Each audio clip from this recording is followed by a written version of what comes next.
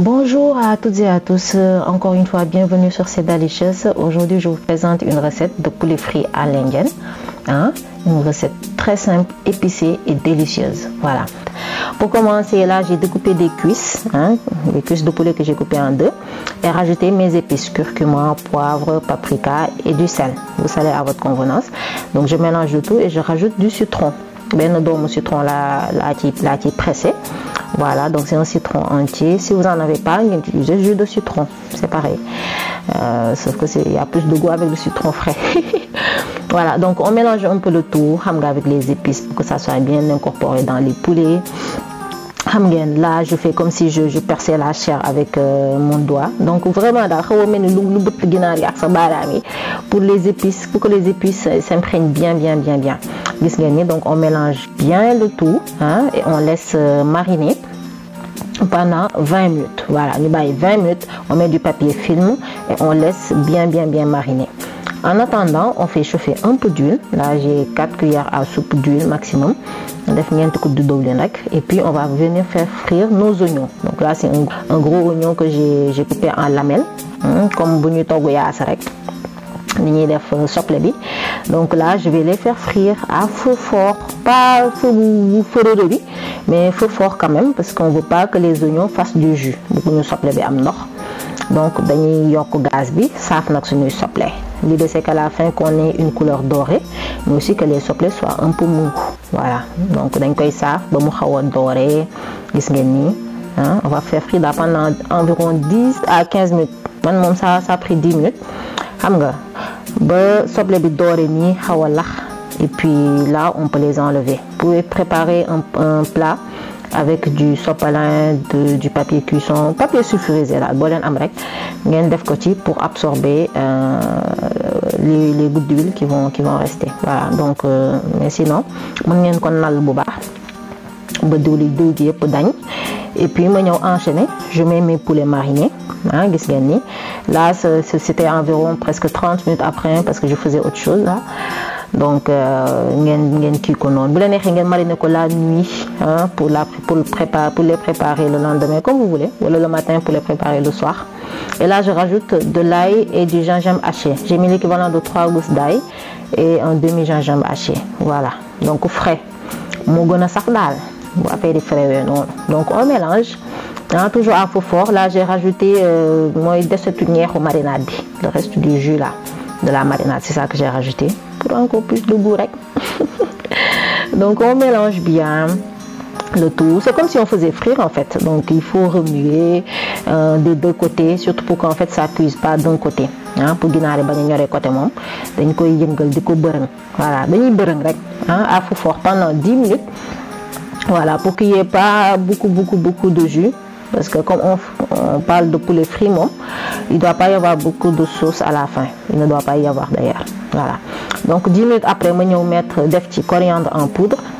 Voilà, nous avons mes coriandre fraîche, non là mes coriandre en poudre épice. Et là une grosse tomate que j'ai découpée. Une tomate grappe, un genre de tomate nyambu, ou la tomate farcie, comme vous voulez, mais qu'elle soit bien mûre. Donc vous la découpez et vous voyez là, on a une sauce d'âne, sauce de saf. Mais cette sauce va nous permettre de bien faire cuire les cuisses de poulet, parce que cuisse donc il faut aussi les cuisses quand c'est saignant, c'est pas terrible quoi. Voilà, donc on laisse à feu moyen,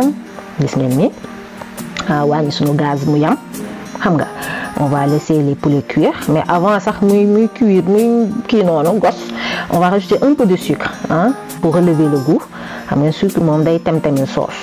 Pour les plats qui mijotent là, en général il faut rajouter un peu de sucre vers la fin ou en cours de cuisson. Voilà, ça donne un goût. Et on laisse 10 minutes mijoter. Là les poulets vont en profiter, les cuisses, pour bien cuire. Voilà, donc parfois c'est saignant, donc cuisson poulet il faut bien prendre son temps pour avoir un résultat satisfaisant. Donc là je viens rajouter du garam masala, une épice indienne très bon, franchement. Il y en a au niveau des épiceries, vous pouvez la faire chez vous. D'ailleurs je vais faire une vidéo pour spécial épice Inch'Allah. En tout cas c'est très bon comme épice, franchement. Donc là on laisse encore frire, et puis nous wàññi gaz bi à feu doux pendant 5 minutes et on ferme. Voilà, pour que cette épice s'incorpore aussi. C'est une épice qu'on rajoute souvent vers la fin parce que si on le met tout au début, pendant une longue cuisson, ça devient amer. D'ailleurs, donc épice en général, il faut tout faire ok. Et là, je viens rajouter mes oignons frits. Moi, je la bagnole ça au début là. Les oignons qu'on avait fait frire, là, on les rajoute. Non, mais je vous dis déjà le goût des oignons frits. Je vous le dis pas avec les épices qui ont été rajoutées.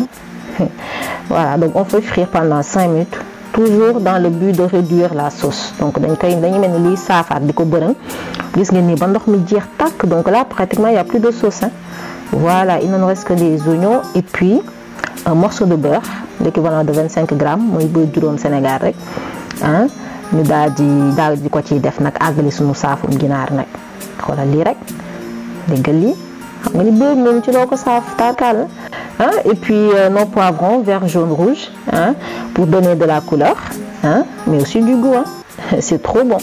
Si vous préférez les ciboulettes, moi oignon vert, khairoun. Sinon, coriandre fraîche aussi, vous en mettez et puis on est bon. Gis ngeen da ngay am couleur, une belle couleur, machallah. Le goût, je vous le dis pas, et l'odeur, dès qu'on ouvre la cuisine, on va vous demander qu'est-ce que vous préparez. Machallah. Donc là, ils sont prêts. Vous les n'avez comme format KFC avec frites à côté. Si vous voulez, vous faites des pains nan, hein, des sauce fromage à côté. Si vous voulez, même du riz, je vous dis, c'est trop bon. Des vermicelli, accompagnement, vous voulez des flenchi. Gis ngeen ni, hein? Tchoum. Madame, en fait, c'est tellement bon. Et même au fin fond des eaux là, on sent le goût des épices. Au fin fond, une autre manière de faire frire les poulets. Hein? Parfois, d'un koy pané, façon KFC. Les Américains, nous Sénégalais, nous moussa savent. Les Indiens, donc abonnez-vous pour plus de recettes. Et je vous dis à très bientôt sur ces delicious, Inch'Allah.